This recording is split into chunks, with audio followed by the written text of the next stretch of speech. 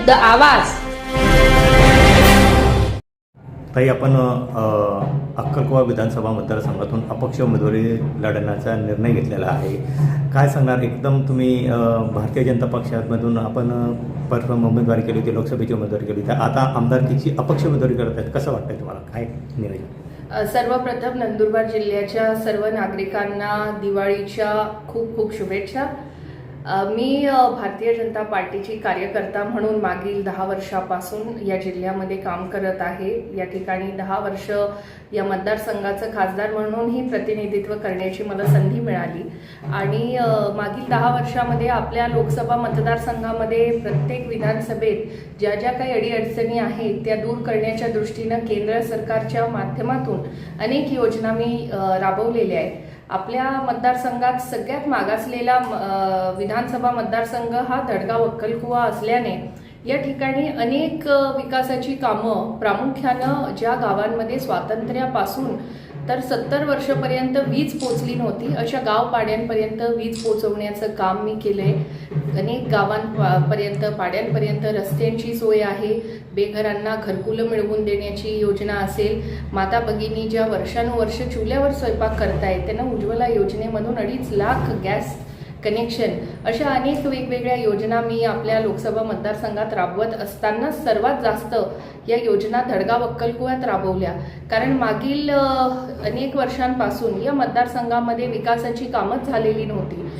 किंबहुना जे कुपोषण, माता मृत्यू, बाल मृत्यूचं जे प्रमाण आहे आणि आपण वारंवार बघतो की नंदुरबार जिल्ह्याचं नाव महाराष्ट्रात नेहमीच बातमींमध्ये येतं.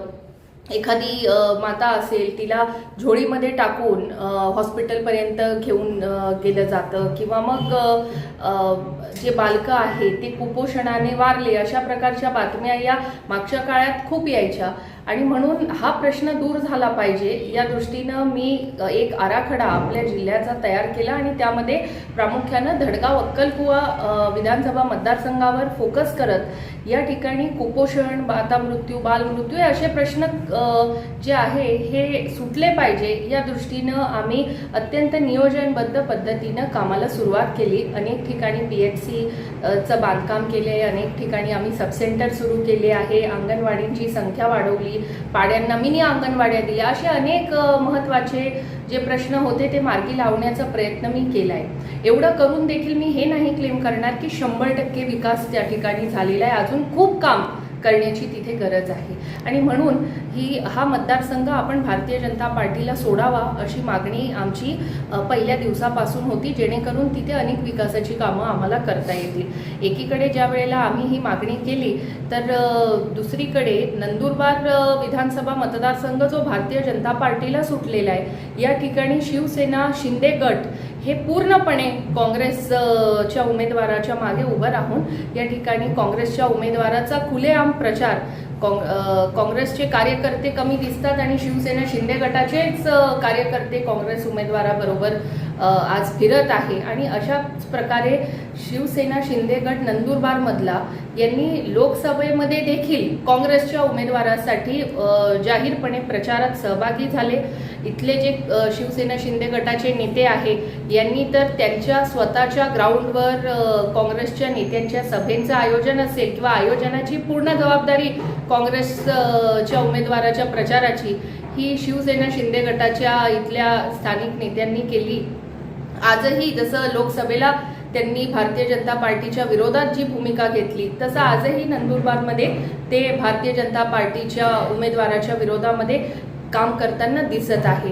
ही गोष्ट आम्ही वरिष्ठांच्या देखील लक्षात आणून दिली, पण तरी सुद्धा शिवसेना शिंदे गट हे या ठिकाणी कंटिन्यू काँग्रेसच्या प्रचारामध्ये सक्रिय झालेले आहे आणि त्यामुळे मीही हे ठरवलं की जर या ठिकाणी नंदुरबार विधानसभा मतदारसंघात भारतीय जनता पार्टीच्या उमेदवाराच्या विरोधात शिवसेना शिंदे गट जर काँग्रेसला मदत करत असेल तर आम्ही देखील अक्कलकुवा मतदारसंघ जिथे शिवसेना शिंदे गटाचा उमेदवार आहे त्या ठिकाणी आम्ही देखील भारतीय जनता पार्टीचे कार्यकर्ते हे त्यांचं प्रचार करणार नाही. पण आम्ही गद्दार नाही आहोत, आम्ही काही काँग्रेसचा प्रचार यांच्यासारखा करणार नाही. आम्ही त्या ठिकाणी अपक्ष उमेदवारी करू आणि निवडून येऊ आणि निवडून आल्यानंतर आमचं सरकारला पाठिंबा देऊ.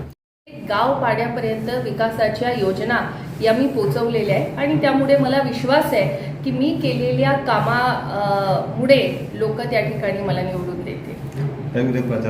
आम्ही गाव पाड्यांपर्यंत पोहोचण्याचा प्रयत्न करू, कारण वेळ कमी आहे म्हणून किती गावं कव्हर होतील किंवा किती पाडे कव्हर होतील याचं आम्ही नियोजन करून माझा प्रयत्न राहील की प्रत्येक जिल्हा परिषद गटात माझा एकदा तरी त्या ठिकाणी जाता आलं पाहिजे. उद्यापासून आम्ही प्रचाराची सुरुवात करणार आहोत आणि देवगोईला जे आमचे देवमोगरा मातेचं मंदिर आहे तिथून आम्ही प्रचाराचं नारळ फोडून प्रचाराची सुरुवात करणार आहोत. आपण प्रयत्न करणार, कसं पाहणार त्याकडे? नक्कीच अनेक महत्त्वाचे प्रश्न आहे आणि त्यामध्ये प्रामुख्यानं दळणवळणाचा जो प्रश्न आहे तो प्रश्न सुटावा यासाठी मी खासदार असताना देखील महाराष्ट्र राज्याचे आदिवासी विकास मंत्री आदरणीय नामदार डॉक्टर विजयकुमार गावित साहेब यांच्याकडे देखील मागणी केली होती की पाड्यापाड्यांपर्यंत रस्त्याचं एक जाळं उभं राहिलं पाहिजे. कारण आपल्याकडे शासन निर्णयाप्रमाणे जेवढे रस्ते होतात ते फक्त